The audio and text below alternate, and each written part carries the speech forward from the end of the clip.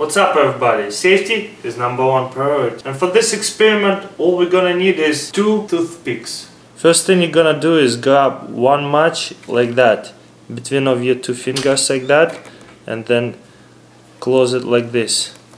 And then put the other match just on top of your hand like that. You see, you're not touching.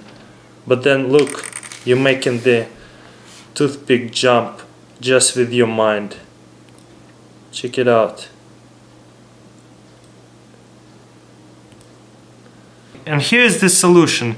You're gonna hold it like here with the 2 of your fingers and then put a lot of pressure with your nail and just move it down, but move it down slowly. Check it out. And whenever you move it down slowly, the match gonna jump. I mean the toothpick, because of a lot of pressure, you know, and the vibration on the match, on the toothpick.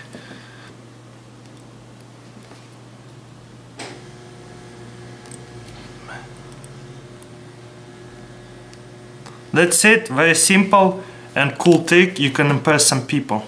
Alright, let me know what you think about this cool magic trick / magic science trick. Subscribe to this channel and check out my next video.